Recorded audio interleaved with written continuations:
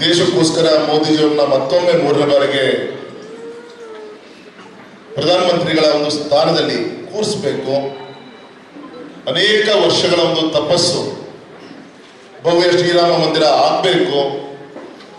ಆ ಸರಾಯು ನದಿಯಲ್ಲಿ ರಕ್ತನೂ ಕೂಡ ಹರಿದೋಯಿತು.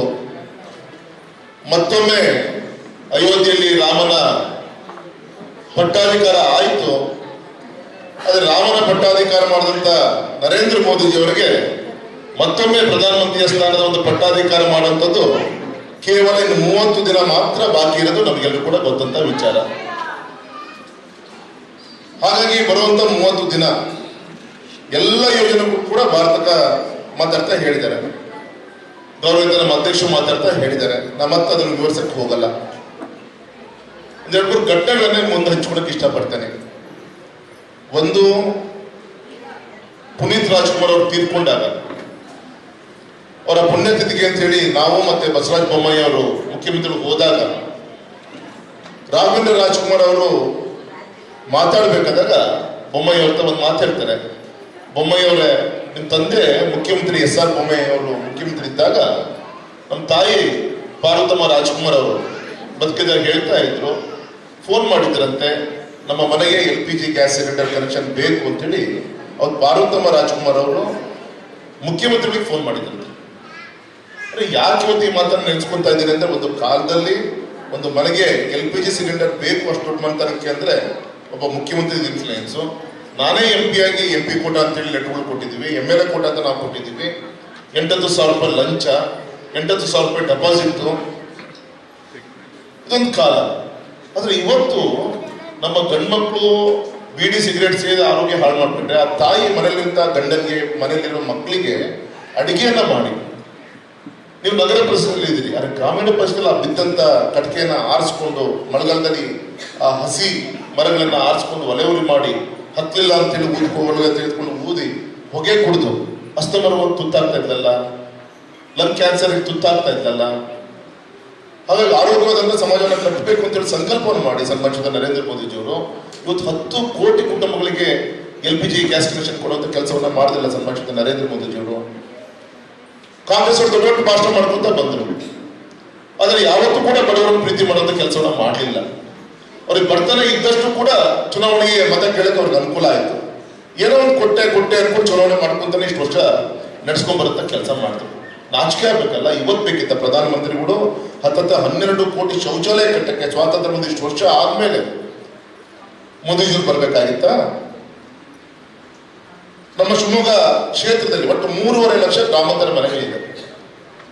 ಕಳೆದ 68 ವರ್ಷದಲ್ಲಿ ಒಟ್ಟು ಮನೆಗಳಿಗೆ ನಲ್ಲಿ ಟ್ಯಾಪ್ ಕನೆಕ್ಷನ್ ಕೊಟ್ಟಿರೋದು 1,22,000. ಇನ್ನು ಉಳಿದಂತ 2.25 ಲಕ್ಷ ಮನೆಗಳಿಗೆ ಈಗ ಮೋದಿಜಿಯವರ ಒಂದು ಹಾರೈಕೆಯಿಂದ ನಮ್ಮ ಗ್ರಾಮೀಣ ಪರಿಷತ್ತಲ್ಲಿ ಪ್ರತಿ ಮನೆಗೂ ಕೂಡ ಟ್ಯಾಪ್ ಅನ್ನು ಕೊಡ್ಲಿಕ್ಕೆ ನಂಬರ್ ಆಫ್ ಓವರ್ ಟ್ಯಾಂಕ್ಸ್ಗಳು ಇರ್ಬೋದು, ಎಲ್ಲಿ ವಾಟರ್ ಸೋರ್ಸ್ ಇದೆ ಅಲ್ಲಿ ಲಿಂಕ್ ಮಾಡಿ. ಯಾಕೆ ಯೋಚನೆ ಮಾಡ್ಲಿಕ್ಕೆ ಆಗಲಿಲ್ಲ? ಬಡತನ ರೇಖೆಗಿಂತ 25 ಕೋಟಿ ಜನರನ್ನ ಮೇಲ್ ತರುವಂತ ಕೆಲಸವನ್ನು ಸನ್ಮಾನಿಸಿದ ನರೇಂದ್ರ ಮೋದಿಜಿಯವರು ಮಾಡಿದ್ರಲ್ಲ. ಇವತ್ತು ಕೂಡ 1 kg ಒಂದೊಂದು ಅಗಲ ಅಕ್ಕಿಯನ್ನು ಕೊಡ್ತಿರೋದು ಸನ್ಮಾನಿಸಿದ ನರೇಂದ್ರ ಮೋದಿಜಿಯವರು ಹೊರತು ಸಿದ್ದರಾಮಯ್ಯನವರು ಅಲ್ಲ. 10 kg ಅಕ್ಕಿ ಕೊಡ್ತೀನಿ ಅಂತ ಭಾಷಣ ಮಾಡಿದ್ರು. ಎಲ್ಲಿ ಕೊಡ್ತಾ ಇದ್ದಾರೆ? 34-32 ರೂಪಾಯಿ ಎಷ್ಟು ಒಂದು kg ಅಕ್ಕಿಗೆ ದುಡ್ಡು ಕೊಡ್ತಾ ಇದ್ದಾರೆ ಹೊರತು ಇವತ್ತು ಅದೇ ಅಕ್ಕಿ ಕೊಂಡ್ಕೋಬೇಕಂದ್ರೆ ಹೊರಗಡೆ 40-50-60 ರೂಪಾಯಿ ಆಗುತ್ತೆ. ಅವ್ರು ನೇರವಾಗಿ ಅಕ್ಕಿ ಕೊಡುವಂತ ಕೆಲಸನೇ ಮಾಡ್ತಾರೆ. 5 kg ಅಕ್ಕಿ ಕೊಟ್ಟುವಲ್ಲ. ಕೋವಿಡ್ ಸಂಕಷ್ಟ ಸಂದರ್ಭ ನಮ್ಮನೇಲೆ ಸಾವಾದ್ರೆ ಮಣ್ಣು ಮಾಡಕ್ಕೆ ಕೂಲಿಯಾಳ ಕರ್ಕೊಂಡ್ಬಂದ ಇನ್ನೂ ನೆನಪಿದೆ. ನಮ್ಮ ಶಿಕಾರಿಪುರದಲ್ಲಿ ಸಾಲೇಶ್ವರ ರೈಸ್ ಇಂಡಸ್ಟ್ರೀಸ್ ಅಂತ ತುಂಬಾ ಅನುಕೂಲ ಒಂದು ಕಾಲದಲ್ಲಿ. ಅವರ ಕೊನೆಯ ಅವ್ರ ಮನೇಲಿ ಅಣ್ಣತಂದ್ರಲ್ಲಿ ನಿಜಲಿಂಗಪ್ಪನವ್ರ ತೀರ್ಕೊಂಡು ಇನ್ನು ಯಂಗ್ಸ್ಟರ್ ಪಾಪ 55-56 ವರ್ಷ. ಅವ್ರ ದೇಹ ಆ ಮನೆ ಮುಂದೆ ಬಂದಾಗ ನಾನು ಕೂಡ ಅಲ್ಲಿ ಅವ್ರ ಮನೆ ಹತ್ರ ನಿಂತ್ಕೊಂಡಿದ್ದೆ. ಎಲ್ಲರೂ ಕೂಡ ಆಂಬ್ಯುಲೆನ್ಸ್ ಡೋರು ಓಪನ್ ಮಾಡಲಿಲ್ಲ. ಮೂಗಿಗೆ ಮಾಸ್ಕ್ ಹಾಕೊಂಡಿದ್ವಿ ಎಲ್ಲರೂ. ಅಲ್ಲೇ ಆ ವಿಂಡೋದ ಬಗ್ಗೆ ನೋಡಿದ್ವಿ. ಸರಿಯಪ್ಪ ಕಳಿಸ್ಕೊಡಿ ಅಂತ ಹೇಳಿದ್ರು. ಅಂದ್ರೆ ಪ್ರಾಣಿಗಳಿಗೂ ಮನುಷ್ಯರು ವ್ಯತ್ಯಾಸ ಆದಂತ ಒಂದು ಸಂಕಷ್ಟ ಸಂದರ್ಭದಲ್ಲಿ ನಮ್ಮನ್ನು ಉಳಿಸುವಂತ ಕೆಲಸವನ್ನ ಸನ್ಮಾನಿಸಿದ ಮೋದಿಜಿಯವರು ಮಾಡಿದ್ರಲ್ಲ. ಆ ಟೈಮಲ್ಲಿ ಒಂದು ವರ್ಲ್ಡ್ ಒಂದು ಹೆಲ್ತ್ ಇದರಿಂದ ಒಂದು ಸರ್ವೆ ರಿಪೋರ್ಟ್ ಇತ್ತು. ಭಾರತದಲ್ಲಿ ವಿದ್ಯಾಭ್ಯಾಸ ಕಮ್ಮಿ, ಟೆಕ್ನಾಲಜಿ ತುಂಬಾ ಕಮ್ಮಿ ಇದೆ, ಹತ್ತತ್ರ ಒಂದು 4 ಕೋಟಿಗಿಂತ ಹೆಚ್ಚಿನ ಸಾವು ನೋವು ಆಗ್ಬೋದು ಅಂತೇಳಿ ಒಂದು ಆ ಕೋವಿಡ್ ಸಂಕಷ್ಟ ಸಂದರ್ಭದಲ್ಲಿ ಒಂದು ರಿಪೋರ್ಟ್ ಎಲ್ಲ ರೆಡಿ ಆಗಿತ್ತು. 4 ಲಕ್ಷನೂ ಕೂಡ ಆದ ರೀತಿ ನೋಡ್ಕೊಂಡ್ರಲ್ಲ ಮೋದಿಜಿಯವರು. ದೇವರು ಕೊಟ್ಟಿದ್ದ ಆಕ್ಸಿಜನ್ ಗಾಳಿಯಲ್ಲಿ ಇದ್ರೂ ಕೂಡ ಆಸ್ಪತ್ರೆಗಳಿಂದ ವೆಂಟಿಲೇಟರ್ ಮುಖಾಂತರ ನಮಗೆ ಕೊಡೋದ ದುಸ್ಥಿತಿ ಇದ್ದಾಗ ಆ ಚಾಮರಾಜನಗರ ಆಸ್ಪತ್ರೆಯಲ್ಲಿ ಆ ಗ್ಯಾಸ್ ಸಿಲಿಂಡರ್ ಆ ವೆಂಟಿಲೇಟರ್ ಆಕ್ಸಿಜನ್ ಕಿಟ್ಗಳು ಖಾಲಿ ಆಯ್ತು ಅಂತೇಳಿ ಅದು 1 ಗಂಟೆ ಒಳಗೆ ಸುಮಾರು 32 ಜನ ಒಂದೇ ಸಲಿಗೆ ಹಸುನಿಗಿದ್ರಲ್ಲ. ಎಂತ ಸಂಕಷ್ಟ ಸಂದರ್ಭ ತಾವು ಯೋಚನೆ ಮಾಡ್ತಾರೆ. ಗರೀಬಿ ಹಠವಂತ ಭಾಷಣ ಮಾಡಲಿಲ್ಲ. ಗರೀಬಿ ಕಲ್ಯಾಣ ಯೋಜನೆ ಜಾರಿಗೆ ತಂದು ನಮ್ಮನ್ನೆಲ್ಲ 1.5-2 ವರ್ಷ ಮನೇಲಿಟ್ಟು ನಮಗೆ ಅಕ್ಕಿ ಬೇಳೆ ಎಲ್ಲದೂ ಕೂಡ ಕೊಡೋ ಕೆಲಸ ಮಾಡಿದ್ರಲ್ಲ. ನಿಮ್ ರಾಘಣ್ಣ, ನಿಮ್ ಚನ್ನಬಸಪ್ಪನವರು, ವೇದಿಕೆ ಮೇಲೆ ನಮ್ಮ ತಾಯಿಯಂದ್ರೆಲ್ಲ ಸೇರಿ ಅಂತ ಸಂಕಷ್ಟ ಸಂದರ್ಭದಲ್ಲಿ ನಮ್ಮ ಆಶಾ ಕಾರ್ಯಕರ್ತರು, ನಮ್ಮ ಅಂಗನವಾಡಿ ಕಾರ್ಯಕರ್ತರು, ಹೆಲ್ತ್ ವರ್ಕರ್ಸು, ಪೌರ ಕಾರ್ಮಿಕರಿಗೆ ಒಂದು 4-5 ಕೋಟಿ ರೂಪಾಯಿಯಷ್ಟು ಬೆಲೆ ಬಾಳುವಂತ ದವಸದಾರಿಗಳನ್ನು ಮನೆ ಮುಟ್ಟಿಸುವಂತ ಕಾರ್ಯ ನಾವು ಮಾಡಿದ್ವಲ್ಲ. ಇಷ್ಟೆಲ್ಲ ಅಭಿವೃದ್ಧಿ ಕಾರ್ಯ ಆಗಿದೆ. ಚುನಾವಣೆ ಬಂದಾಗ ಮನೆ ಬಾಗಿಲು ತಕೊಂಡು ಕೂರುವಂತ ಪಕ್ಷ ಕಾರ್ಯಕರ್ತರು ನಾವು ಯಾರು ಕೂಡ ಅಲ್ಲ. ಯಾವತ್ತೂ ಕೂಡ ಜನರ ಮಧ್ಯೆ ಇದ್ದು ಕೆಲಸ ಮಾಡೋದು ನಾವು. ನಿಮ್ ರಾಘಣ್ಣ MP ಅಂತ ಡೆಲ್ಲಿಲೂ ಕೂಡ ಪಾರ್ಲಿಮೆಂಟ್ ಅಲ್ಲಿ ಎಷ್ಟು ದಿನ ಬೇಕು, ಅವಶ್ಯಕತೆ ಬೇಕು ಅಷ್ಟು ಪೂರ್ತಿದೆ ಬರ್ತಾ ಇಲ್ಲ. ನಮಗೂ ಕೂಡ ಕಮಿಟಿ ಟೂರು ಬೇರೆ ಬೇರೆ ದೇಶಗಳಿಗೆ 8-10 ಬಾರಿ ನನಗೆ ಇನ್ವಿಟೇಷನ್ ಬಂದ್ರೆ ಎಲ್ಲೂ ಹೋಗ್ಲಿಲ್ಲ ನಾನು. ಆದ್ಯತೆ ನಮ್ಮ ಶಿವಮೊಗ್ಗ. ಇಲ್ಲಿದ್ದು ಕೇಂದ್ರ ಮತ್ತೆ ರಾಜ್ಯದಿಂದ ಏನೇನು ಇಲ್ಲಿ ಪ್ರಯತ್ನಗಳನ್ನ ಮಾಡಬೇಕು. ನಮ್ಮ BJP ಸರ್ಕಾರ ಬಂದ ಮೇಲೆ ನಮ್ಮ ಶಿವಮೊಗ್ಗಕ್ಕೆ ಮೆಡಿಕಲ್ ಕಾಲೇಜ್ ಬಂತು. ನಮ್ಮ ಶಿವಮೊಗ್ಗಕ್ಕೆ ಕೃಷಿ ಕಾಲೇಜ್ ಬಂಗಾರಪ್ಪನವ್ರು ಮಾಡಿದ್ರು. ಅದನ್ನು ನಿಮ್ಮ ಯಡಿಯೂರಪ್ಪನವರು ಕೃಷಿ ಮತ್ತೆ ತೋಟಗಾರಿಕೆ ಯೂನಿವರ್ಸಿಟಿಯಾಗಿ ಅಪರೇಟ್ ಮಾಡಿ ಯಾವಾಗಾದ್ರೂ ಕೊಲ್ಲೂರು ಅಥವಾ ಸಿಗಂದೂರು ಕಡೆ ಹೋದಾಗ ನೋಡಿತಾವು 1,000 ಎಕರೆಯಲ್ಲಿ ಅಂತಾರಾಷ್ಟ್ರೀಯ ಮಟ್ಟದ ಅಗ್ರಿಕಲ್ಚರ್ ಹಾರ್ಟಿಕಲ್ಚರ್ ಇಂಟಿಗ್ರೇಟೆಡ್ ಯೂನಿವರ್ಸಿಟಿಯನ್ನು ಕಟ್ಟುವಂತ ಕೆಲಸ ಗೊತ್ತಾಗಿದೆ. ನಮ್ಮ ರೈತರ ಮಕ್ಕಳು ಅಲ್ಲಿ ವಿದ್ಯಾಭ್ಯಾಸವನ್ನು ಮಾಡ್ತಾರೆ. ಆಯುರ್ವೇದಿಕ್ ಕಾಲೇಜ್ ಆಯ್ತು, ವೆಟರ್ನರಿ ಕಾಲೇಜ್ ಆಯ್ತು, ಆಯುರ್ವೇದಿಕ್ ಯೂನಿವರ್ಸಿಟಿ ಘೋಷಣೆ ಆಗಿದೆ. ನೋಡ್ಬೇಕು ಈ ಸಿದ್ದರಾಮಯ್ಯ ಸರ್ಕಾರ ಏನ್ ಮಾಡ್ತಾರೆ ನಮ್ಗೆ ಗೊತ್ತಿಲ್ಲ. ನಮ್ಮ ಕೇಂದ್ರೀಯ ವಿದ್ಯಾಲಯ ಸನ್ಮಾನಿಸಿದ ನರೇಂದ್ರ ಮೋದಿಜಿ ನಮಗೆ ಕೊಟ್ಟರು. ಇಡೀ ದಕ್ಷಿಣ ಭಾರತದ ರಾಷ್ಟ್ರೀಯ ರಕ್ಷಾ ಯೂನಿವರ್ಸಿಟಿ ನಮ್ಮ ರಾಗಿಗುಡ್ಡ ನಾವು ಶುರು ಮಾಡಿದ್ದೀವಿ. ಅಂದ್ರೆ ನಮ್ಮೆಲ್ಲರ ಒಂದು ಆಸೆ, ಯಾರಾದ್ರೂ ಒಬ್ಬ ಹಸು ಅಂತ ಬಂದ್ರೆ ಊಟ ಹಾಕಿದ್ರೆ ಹೊಟ್ಟೆ ತುಂಬುತ್ತೆ. ಆದ್ರೆ ಜೀವನದ ಹಸುವನ್ನ ದೂರ ಮಾಡ್ಬೇಕು ಅಂದ್ರೆ ಶಿಕ್ಷಣ ಕೊಟ್ರೆ ಅವ್ನು 100 ಜನರಿಗೆ ನಮ್ಮ ಭಾರತಕ್ಕೆ ಮಾತ್ರ ಹೇಳ್ದಲ್ಲ, ಮೀನನ್ನ ಹಿಡಿಯೋದು ಹೇಳ್ಕೊಡ್ಬೇಕು ಅಂತ ಹೇಳಿ, ಮೀನ್ ಕೊಡೋದಲ್ಲ. ಆ ಕೆಲಸವನ್ನ ಜೀವನ ಕಟ್ಟುವಂತ ಕೆಲಸವನ್ನ ಮಾಡಿ ಇವತ್ತು ನಮ್ಮ ಶ್ರೀಶಕ್ತಿ ಸಂಘ, ಸ್ವಸಹಾಯ ಸಂಘಗಳಿಗೆ ಇಷ್ಟು ದೊಡ್ಡ ರೀತಿಯಂತ ಮೊತ್ತ ಬಡ್ಡಿ ರಹಿತವಾಗಿ ಲಖಪತಿ ದೀದಿ 1 ಲಕ್ಷ ರೂಪಾಯಿ ನಿಮ್ಗೆ ಏನು ಕೂಡ ಕೇಳಿದೆ. ನೀವು ಮೊನ್ನೆ ನಿಮ್ಗೆ ನೆನಪಿರ್ಬೋದು, ನಮ್ಮ ಶಿವಮೊಗ್ಗದ ಫ್ರೀಡಂ ಪಾರ್ಕ್ ಅಲ್ಲಿ ಸ್ವದೇಶಿ ಮೇಳ ನಡೀತು. ಬಟ್ ಒಂದು ವಾರನೂ 4-5 ದಿನ ನಡೀತು. ನಾವೆಲ್ಲ ಪ್ರಮುಖರೆಲ್ಲ ಇದ್ವಿ, ತಾವೆಲ್ಲ ಕೂಡ ಬಂದಿದ್ರಿ. ಒಟ್ಟು 300 ಸ್ಟಾಲ್ಗಳಿಂದ ವ್ಯವಹಾರ ಆಗಿರೋದು ಎಷ್ಟು? 12 ಕೋಟಿ ಟೋಟಲ್ ವ್ಯವಹಾರ ಆಗಿರುತ್ತೆ. 12 ಕೋಟಿ ವ್ಯವಹಾರ ನಮ್ಮ ತಾಯಿ ರೆಡಿ ಮಾಡಿದಂತ ಉಪ್ಪಿನಕಾಯಿ, ರೊಟ್ಟಿ, ಬೇರೆ ಬೇರೆ ರೀತಿಯಂತ ಕುಶಲಕರ್ಮಿಗಳ ಏನು ತಯಾರು ಮಾಡ್ಕೊಂಡು ಬಂದಿದ್ರಿ. 12 ಕೋಟಿ ವ್ಯವಹಾರ ಮಾಡಿ ಸರ್ಕಾರಕ್ಕೆ 1 ಕೋಟಿ ನೀವು GST ಕೊಟ್ಟರಲ್ಲ, ನೀವು 2 ಕೋಟಿ ಲಾಭ ಮಾಡಿದ್ರಲ್ಲ. ಹಾಗಾಗಿ ತೊಟ್ಲು ತೂಗುವಂತ ಕೈಗೆ ವಿದ್ಯಾಭ್ಯಾಸವನ್ನು ಕೊಟ್ರೆ ಏನ್ ಬೇಕಾದ್ರೂ ಕೂಡ ಸಾಧನೆಯನ್ನ ಮಾಡಬಹುದು ಅನ್ನೋಕ್ಕೆ ಮೊನ್ನೆ ನಡೆದಂತ 2019ನ UPSC ಎಕ್ಸಾಮ್, ದೇಶಕ್ಕೆ ಬೇಕಂತ IAS, IPS, IFS ಆಫೀಸರ್ಸ್ ನಡೆಯುತ್ತ ಎಕ್ಸಾಮ್ ಟಾಪ್ 10 ರ್ಯಾಂಕ್ಸ್ 10 ರ್ಯಾಂಕು ನಮ್ಮ ಹೆಣ್ಮಕ್ಳು ಪಡೆದುಕೊಂಡಿದ್ದಾರೆ ಅನ್ನೋಕ್ಕೆ ನಾನು ಅತ್ಯಂತ ಹೆಮ್ಮೆಯಿಂದ ಮಾಡ್ತೀನಿ.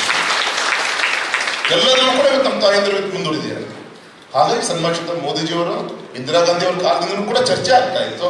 ಇವತ್ತು 33% ಮೀಸಲಾತಿಯನ್ನ ಘೋಷಣೆ ಮಾಡಿದ್ರಲ್ಲ, ವಿತೌಟ್ ರಿಸರ್ವೇಶನ್. ಈಗ ಆಲ್ರೆಡಿ ಪಾರ್ಲಿಮೆಂಟ್ ಅಲ್ಲಿ ಈಗಾಗಲೇ 80 ಜನ ಮಹಿಳಾ ಪಾರ್ಲಿಮೆಂಟೇರಿಯನ್ ಈಗ ಆಲ್ರೆಡಿ ತನ್ನ ನೇತೃತ್ವವನ್ನ ಕೆಲಸವನ್ನ ಮಾಡ್ತಾ ಇದ್ದಾರೆ.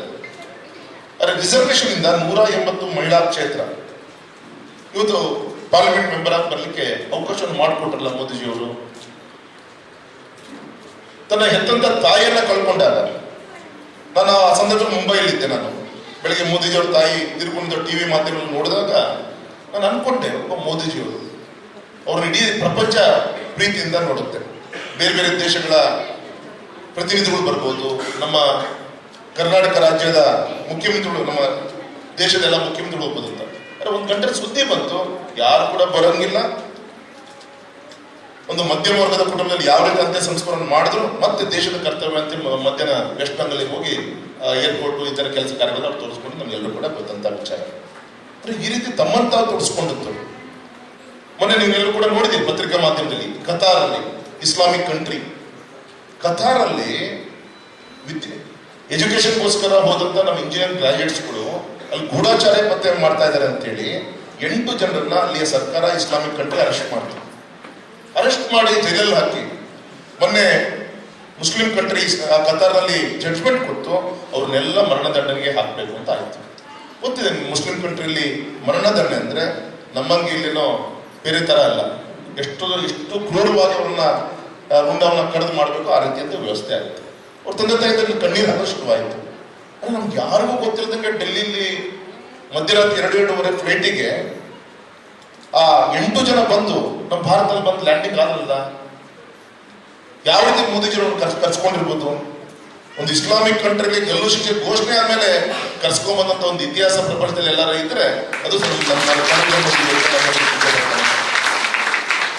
ಇದು ಮೋದಿಜಿಯವರ ತಾಕತ್ತು ಅಂತೆ.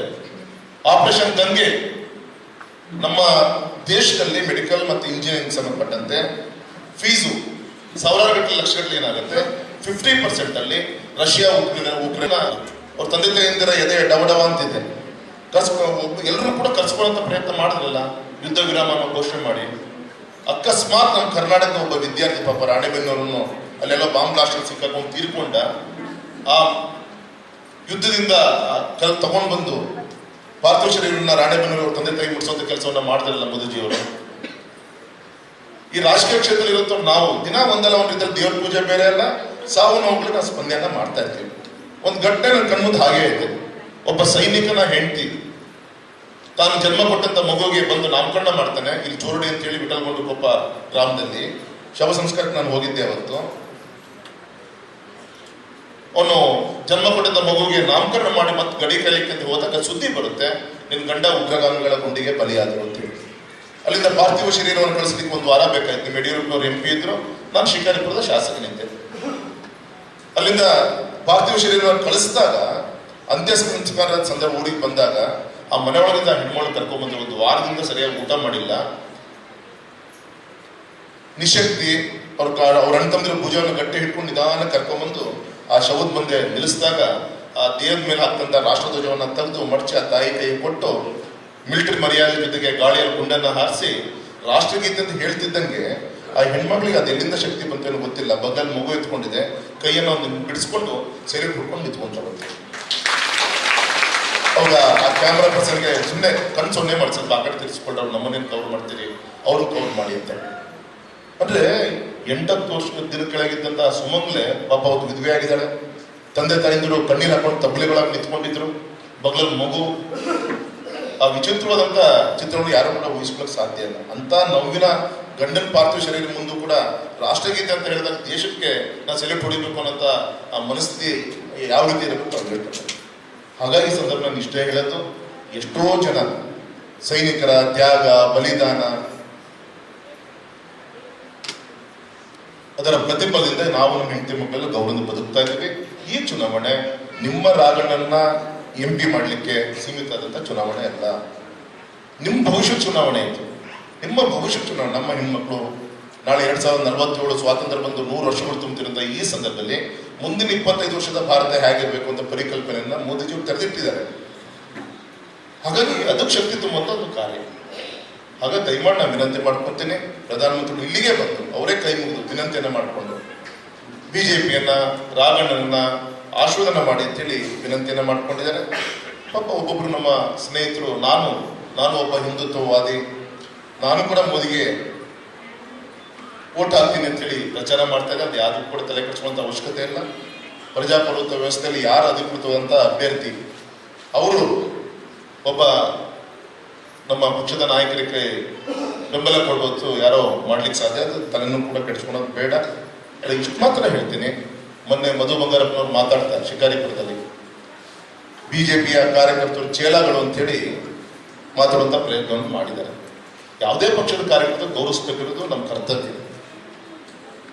ಆದ್ರೆ ಅದೇ BJPಯ ಕಾರ್ಯಕರ್ತರು ಚೇಲಾಗಳು ಅಂತ ನೀವು ಹೇಳಿದ್ದಾರೆ, ಅದೇ ಕಾರ್ಯಕರ್ತರು ಗೌರವಂತ ಬಂಗಾರಪ್ಪನವ್ರನ್ನ MP ಮಾಡಿದ್ರು ತಾನೆ. ಅವ್ರು 4ನೇ ಬಾರಿಗೆ ಸ್ಪರ್ಧೆ ಮಾಡಿದಾಗ BJPಯಿಂದ ಇಡೀ ಜಿಲ್ಲೆಯಲ್ಲಿ ಓಡಾಡಿ ಕೆಲಸ ಮಾಡಿದ್ರು BJP ಕಾರ್ಯಕರ್ತಾನೆ. ಮಧು ಬಂಗಾರಪ್ಪನವ್ರಿಗೂ ಕೂಡ BJPಯಿಂದ ಸೀಟ್ ಕೊಟ್ಟಾಗ ಕೆಲಸ ಮಾಡಿ ಸ್ವರ್ಗದ BJP ಕಾರ್ಯಕರ್ತಾನೆ. ಈ ರೀತಿ ಅಧಿಕಾರದ ಮದದಿಂದ ಏನ್ ಬೇಕಾದ್ರೆ ಕೂಡ ಮಾತಾಡೋದು ಕೆಲಸ ಮಾಡ್ತೀರ. ನಾನು ಯಾರ ಬಗ್ಗೆನೂ ಕೂಡ ಇವತ್ತಿಂದ ರಿಪ್ಲೈ ಕೊಡೋದು ಬೇಡ ಅಂತ ಏನಂತ ನಾವು ಮಾಡಿದಂತ ಅಭಿವೃದ್ಧಿ ಕೆಲಸ ಅದಕ್ಕೆ ಆದ್ಯತೆ ಕೊಟ್ಟು ಕೆಲಸ ಮಾಡೋಣ ಅಂತೇಳಿ ಆ ದಿಕ್ಕಲ್ಲಿ ಶಕ್ತಿ ತುಂಬುವಂತ ಕಾರ್ಯವನ್ನು ತಾವೆಲ್ಲ ಕೂಡ ಮಾಡ್ಕೊಡ್ಬೇಕು ಅಂತ ವಿನಂತಿ ಮಾಡ್ಕೊಂತ, ದಯಮಾಡಿ ಇನ್ನು 30 ದಿನ ಈ ಅಮೂಲ್ಯವಾದಂಥ ಸಮಯವನ್ನ ರಾತ್ರಿ ಊಟ ಮಾಡಿ ಮಲ್ಬೇಕಾದಾಗ ನಿಮಿತ್ತ ತೃಪ್ತಿ ಇದ್ದೆ ಸಾಕು. ಹೌದಪ್ಪ, ಆ ಪುಣ್ಯಾತ್ಮ ನರೇಂದ್ರ ಮೋದಿಜಿಗೋಸ್ಕರ 1-2 ಮನೆ ಕಾಂಗ್ರೆಸ್ ಇಂದ ಬಿಜೆಪಿಗೆ ಬದಲಾವಣೆ ಮಾಡುವಂತ ತೃಪ್ತಿ ತಮಗಿದ್ರೆ ಸಾಕು.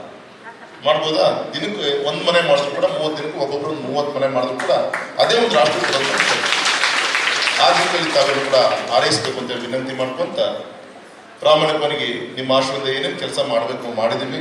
ಮೊನ್ನೆ ನಿತಿನ್ ಗಡ್ಕರಿಜಿ ಅವರು ಬಂದಾಗ ನಾನು, ಚನ್ನಬಸಪ್ಪನವರು, ನಮ್ಮ ತೀರ್ಥಹಳ್ಳಿ MLA ಜ್ಞಾನೇಂದ್ರ ಅವರು ಒಂದು ಸಲಹೆ ಕೊಟ್ವಿ. ನಮ್ಮ ಆಗುಂಬೆ ಘಾಟ್ ಏನಿದೆ, ಆ ಒಂದು ಸಮುದ್ರ ತೀರದ ಆ ಕಡೆನೇ ಪೆಟ್ರೋಲಿಯಂ ಪ್ರಾಡಕ್ಟ್ಸ್ ಎಲ್ಲ ನಮಗೆ ಬರಬೇಕು. ನಮ್ಮ ಭಾರತಕ್ಕೆ ಮೀನು ಕೂಡ ಅಲ್ಲಿಂದನೇ ಬರಬೇಕಾಗತ್ತೆ, ಇಲ್ಲಿಂದ ತರಕಾರಿ ಹೋಗ್ಬೇಕಾಗತ್ತೆ. ಹಾಗಾಗಿ ಆಗುಂಬೆ ಘಾಟ್ ಸೆಕ್ಷನ್ ಏನಿದೆ ಸಾಕಷ್ಟು ಸಮಸ್ಯೆ ಆಗ್ತಾ ಇದೆ. ಒಂದು ಟನಲ್ ಅನ್ನ ಮಾಡ್ಕೊಡ್ಬೋದಾ, ಸುರಂಗ ಮಾರ್ಗವನ್ನು ಮಾಡ್ಕೊಡ್ಬೋದಾ ಅಂತ ಪ್ರಪೋಸಲ್ ಕೊಟ್ಟರು. ಸೊ ಒಂದು ರಫ್ DPR ರೆಡಿ ಆಯಿತು. 3,000 ಕೋಟಿ ಬೇಕು 12 ಕಿಲೋಮೀಟರ್ ಸುರಂಗ ಮಾರ್ಗ ಮಾಡಲಿಕ್ಕೆ. ಅದಕ್ಕೆ DPR ಮಾಡಲಿಕ್ಕೆ 2 ಕೋಟಿ ರೂಪಾಯಿನ 2 ವಾರದಲ್ಲಿ ಅದನ್ನು ಸ್ಯಾಂಕ್ಷನ್ ಕೂಡ ಮಾಡಿಕೊಟ್ಟಿದ್ದಾರೆ. DPR ಆಗ್ತಾ ಇದೆ. ಈಗಾಗಲೇ ಬರುವಂತದಲ್ಲಿ ಆ ಕೆಲಸ ಕೂಡ ಕೈ ಹಾಕ್ತಾ ಇದೆ. ಈ ತರ 100 ಯೋಜನೆ ತಾಯಿ ಜೋಗ ಫಾಲ್ಸ್ ಅಭಿವೃದ್ಧಿ ಆಗ್ತಾ ಇದೆ. ನಮ್ಮ ಕೊಡಚಾದ್ರಿ ಕೊಲ್ಲೂರು ಶಂಕರಾಚಾರ್ಯ ಪೀಠಕ್ಕೆ 350 ಕೋಟಿ ಖರ್ಚು ಮಾಡಿ ಕೇಬಲ್ ಕಾರ್ ಮಾಡ್ತಾ ಇದ್ದೀವಿ. ಲೈನ್ ಸಫಾರಿ ಕೊಟ್ಟಂತ ಅಲ್ಲಿ ಸಕ್ಕರೆಬೆಲೆ ಕೊಟ್ಟಂತ 16 ಕೋಟಿ ಕಾಂಗ್ರೆಸ್ ಸರ್ಕಾರ ಬಂದು ವಾಪಸ್ ಕಳಿಸಿದ್ರು. ಇದೆಲ್ಲದೂ ಕೂಡ ಒಂದು ಪ್ರವಾಸೋದ್ಯಮಕ್ಕೆ ಆದ್ಯತೆ ಕೊಟ್ಟರೆ ಇಲ್ಲಿ ಡೈರೆಕ್ಟ್ಲಿ ಇಂಡೈರೆಕ್ಟ್ಲಿ ಎಂಪ್ಲಾಯ್ಮೆಂಟ್ ಕ್ರಿಯೇಟ್ ಆಗುತ್ತೆ, ಜನಜೀವನಕ್ಕೆ ಬೇಕಂತ ವ್ಯವಸ್ಥೆಗಳಾಗುತ್ತೆ. ಈ ರೀತಿ ಚಿಂತನೆ ಮಾಡಿ ಜೀವನ ಕಟ್ಟಂತ ಕೆಲಸವನ್ನು ನಾವು ಮಾಡ್ತಾ ಇದ್ದೀವಿ.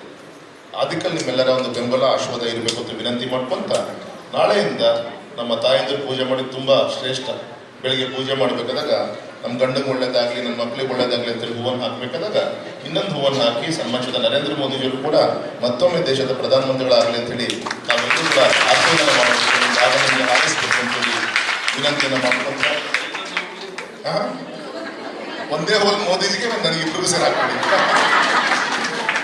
ನಿಮ್ಮೆಲ್ಲರ ಆಶೀರ್ವಾದ ಇರಲಿ ಅಂತ ವಿನಂತಿ ಮಾಡಿಕೊಂಡು, ಬೆಳಗ್ಗೆ ಕೆಲಸದ ಒತ್ತಡ ಇದ್ರೂ ಕೂಡ ಅಭಿಮಾನ ಇಟ್ಟಿಷ್ಟು ದೊಡ್ಡ ಸಂಖ್ಯೆಯಲ್ಲಿ ಬಂದಿದ್ದೀರಿ.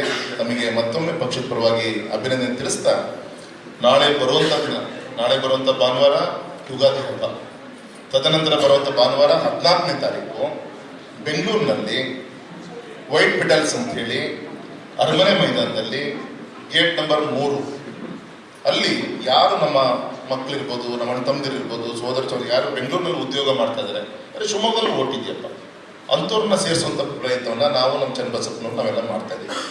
ಹಾಗಾಗಿ ನಿಮ್ಮ ಆ ರೀತಿಯಂತ ನಿಮ್ಮ ವೋಟರ್ಸ್ ಯಾರೇ ಇದ್ರು ಕೂಡ ಫೋನ್ ಮಾಡಿ ಅವತ್ತು 14ನೇ ತಾರೀಕು ಸಂಜೆ 4 ಗಂಟೆಗೆ ಕಳಿಸುವಂಥ ಕೆಲಸ ತಾವು ಮಾಡಬೇಕು. ಅವತ್ತು ಯಡಿಯೂರಪ್ಪನವ್ರು ಇರ್ತಾರೆ, ಕುಮಾರಸ್ವಾಮಿ ಅವರು ಇರ್ತಾರೆ, ಅವರಂತ ನಮ್ಮ JDS-ನ ಮುಖಂಡರು, ನಾವೆಲ್ಲರೂ ಕೂಡ ಅಲ್ಲಿ ಇರ್ತೀವಿ. ಅಲ್ಲಿಯ ಮತದಾರರಿಗೆ ವಿನಂತಿ ಮಾಡೋಕ್ಕೋಸ್ಕರ ಕಳಿಸ್ಕೊಡೋ ಕೆಲಸ ಮಾಡೋದು ಒಂದು. 2ನೇದು 18ನೇ ತಾರೀಕಿಗೆ ಗುರುವಾರ ನಾಮಪತ್ರವನ್ನು ಸಲ್ಲಿಸ್ತಾ ಇದ್ದೀವಿ. ನಮ್ಮ ಮೋದಿಜಿಯವರ ಕಾರ್ಯಕ್ರಮಕ್ಕೆ ಎಷ್ಟು ಜನ ಸೇರಿದ್ರು ಅದು 2 ಪಟ್ಟು ಜನ ನಾವು ಸೇರಬೇಕು. ಎಲ್ಲ ಒಟ್ಟಾಗಿ ಅವ್ರ ನಾಮಪತ್ರವನ್ನು ಸಲ್ಲಿಸಬೇಕು. ಅವ್ರ ನಾಮಪತ್ರ ಸಲ್ಲಿಸಕ್ಕೆ ಬಂದಂತ ಜನ ನೋಡ್ಕೊಂಡೆ BJP ಗೆದ್ದಾಯ್ತು ಅನ್ನೋದನ್ನ ಡಿಕ್ಲೇರ್ ಆಗ. ಆ ರೀತಿ ದೊಡ್ಡ ಸಂಖ್ಯೆಯಲ್ಲಿ ನಮ್ಮ ತಾಯಿಂದರು ನೀವೆಲ್ಲ ಕೂಡ ಬರಬೇಕು ಅಂತ ಕೈ ಮುಗಿದು ವಿನಂತಿಯನ್ನು ಮಾಡಿಕೊಂಡು ಮತ್ತೊಮ್ಮೆ ಕೃತಜ್ಞತೆ ಸಲ್ಲಿಸಿ ನನ್ನ ಮಾತು ಮುಗಿಸ್ತೀನಿ. ನಮಸ್ಕಾರ. ನ್ಯೂಸ್ ಫಸ್ಟ್, ನಿರ್ಭೀತಿಯಿಂದ ನಿಮ್ಮ ಪರವಾಗಿ.